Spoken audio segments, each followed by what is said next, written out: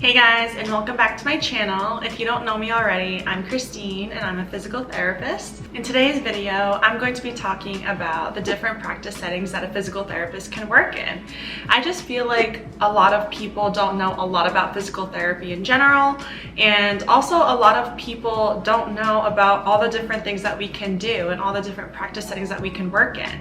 And this includes people who even go into physical therapy school and choose to be a physical therapist. I know that when I got into physical therapy school, my only idea of physical therapy was outpatient orthopedics. And outpatient orthopedics is the branch that when a patient gets injured or goes through surgery, they have to go to physical therapy for X amount of weeks as prescribed by the doctor or surgeon, and then they rehabilitate and get better and return to their prior level of function, their sport, work, etc. But I am here to tell you about all the other possibilities that there are, and there's honestly so many, so I'm really excited to talk about this. I have only worked in so many different settings, considering I've only been working for 1 year, but I'm going to try to be as informative and helpful as I can. And this video is really for the people who may be applying for physical therapy school or are interested in the career and they just want more information on it, or even to the general public, just so that you guys have a better understanding of what we do. So if you guys like this video, give this video a big thumbs up, subscribe to my channel, follow me on all of my social media, and let's get into the video. So I kind of brushed on this already, but the first setting that I'm going to talk about is outpatient orthopedics. This is probably the setting that I am the most familiar with because I have worked in outpatient orthopedics for a year. And this is also the branch that, like I said, most of the public are usually familiar with, and that's usually what they think of when they think of physical therapy. Outpatient orthopedics is when you think of a person who just sprained their ankle, a person who just had surgery, a person who's been dealing with back pain. And they usually just go to a setting, they're able to leave their house, they go to a clinic, they go to physical therapy for however many visits they're approved for by insurance, or however many visits are deemed necessary by the physical therapist or the doctor. And they do stretches, they do exercises, they do modalities, they do a host of interventions so that they can get better. So I don't want to get too into outpatient orthopedics because I do feel like that's the branch that a lot of people do know about. But I do want to start talking about the other settings. So another setting that physical therapists works in are acute care settings. So typically when I think of acute care, I think of hospitals because that's where I had a clinical rotation in, but physical therapists can also work in like acute care rehabilitation centers, etc. Acute means that the disease, the injury, the accident, the event, the condition just happened. So it's fresh. Typically, textbook definition is like 1 to 3 days, but acute means like it's acute, like you gotta get on it. Acute usually means that patients are more complex and that they're medically unstable, which is why they're in a hospital setting. And there's also so many different units within a hospital that physical therapists can work in. For example, when I was in an acute care hospital for clinical rotation, I got experience in the oncology unit, which is dealing with patients with cancer. There's also orthopedics, which is patients who just had like orthopedic surgery, joint replacements, spinal surgery, etc.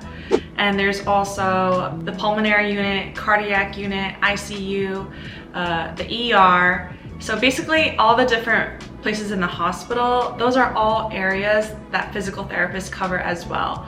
So nurses are there, doctors are there, you're working with the whole medical team to get them medically stable enough to either get discharged to home or to the next setting. Like I said, these patients are usually more medically complex, and that's why they are in a hospital setting. So typically the goals in this setting are to help get the patient up out of bed, get them transferring to a chair, and kind of get them to a level of function where they are safe enough to get discharged out of the hospital. Some of these patients have a lot of lines and tubes. Some of these patients are on a bunch of medications which give them side effects, and you have to monitor their vitals. You have to consult with the nursing staff, the doctors. You may even need assistance to even help get the patient up, or some of the patients may be a total assist and they may need a Hoyer unit just to get them transferred because you would literally break your back doing it. Some of these patients just may need help getting up to the bathroom. So all of these things are things that we cover. So like I said, physical therapists in acute care setting help the patients get discharged to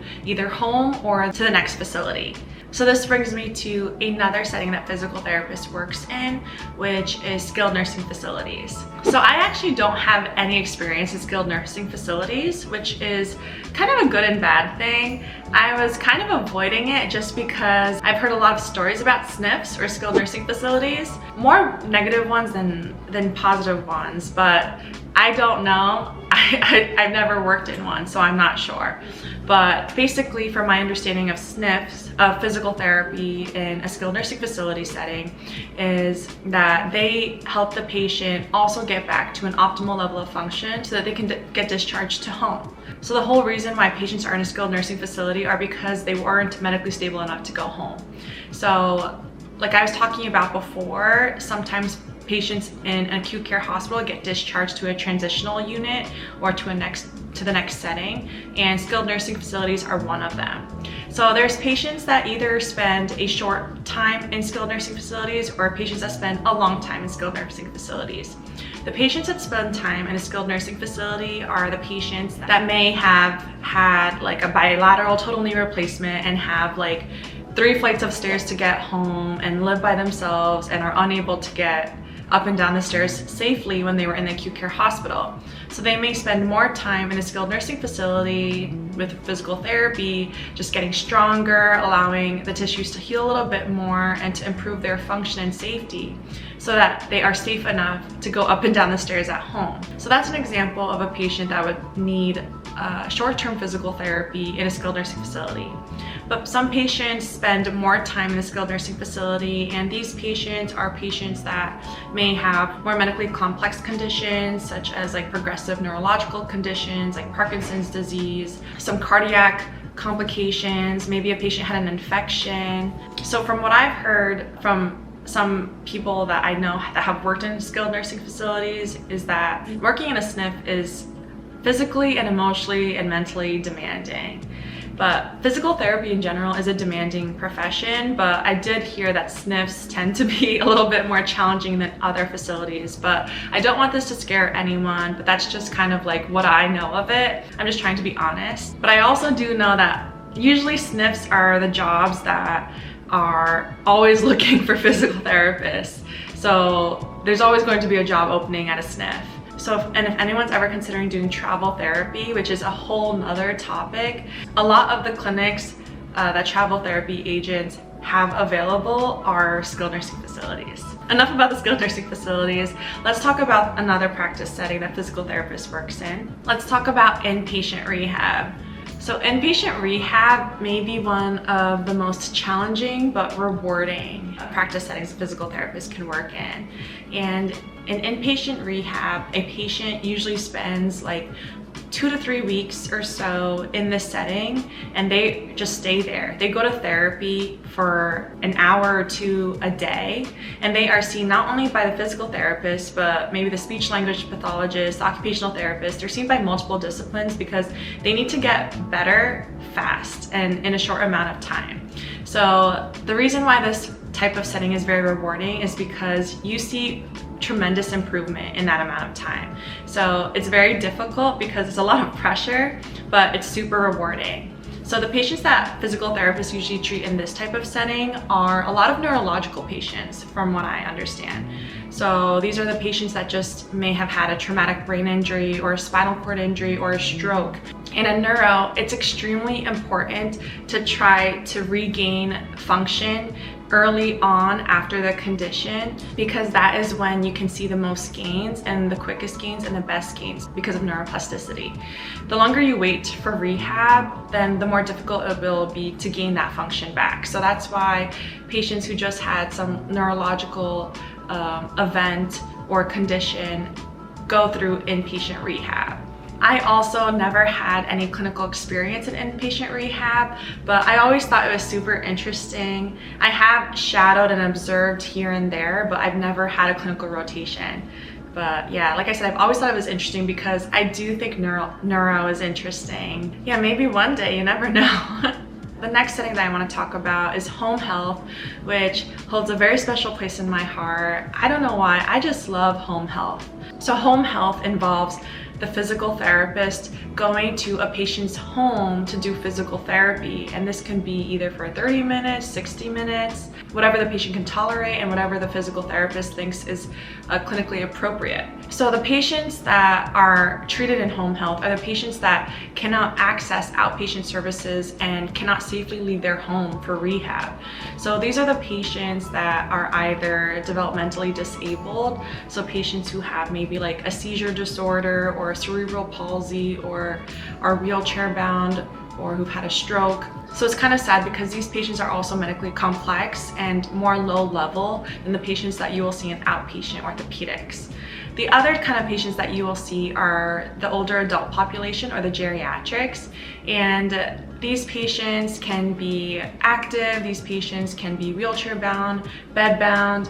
These patients can have a host of conditions like Parkinson's disease, other rare neurological conditions. I did a clinical rotation in home care for a few months, and I got to experience a lot of neuro and orthopedic conditions in the geriatric population, such as back pain, post-total hip arthroplasty, and it's just so interesting. I just think it's so much fun. I'm not sure if it was just like my clinical, but I had a lot of fun doing home health.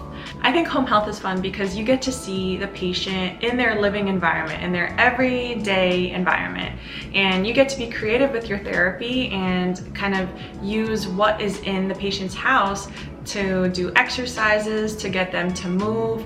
You can teach them strategies that they can utilize right there in their home.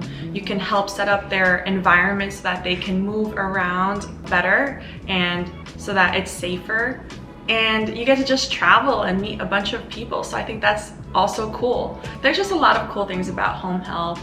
I think what I really like most about home health is just the amount of exposure you get to various conditions and patient populations.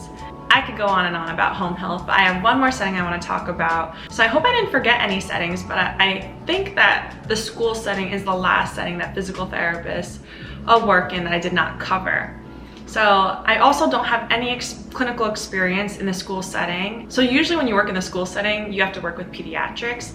And I actually never wanted to work with pediatrics just for like personal reasons and my desire to want to have energy for my own kids in the future.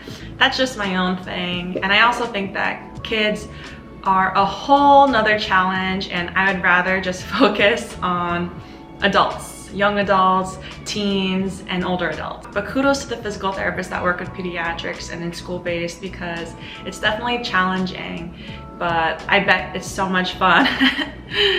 From my understanding of it, physical therapists will go to the school and treat the child in their school environment. So they will help the child get up and down the stairs, navigate in the hallways, get up and down from their desk, etc. And usually the physical therapist will travel from school to school to school to school to see multiple kids in one day. So it's kind of like home care where you travel to and from each patient's homes. In school-based, physical therapists travel among each school that the kids attend. Anyways, I'm just gonna wrap this video up here. I hope that this video was informative, somewhat helpful, and fun.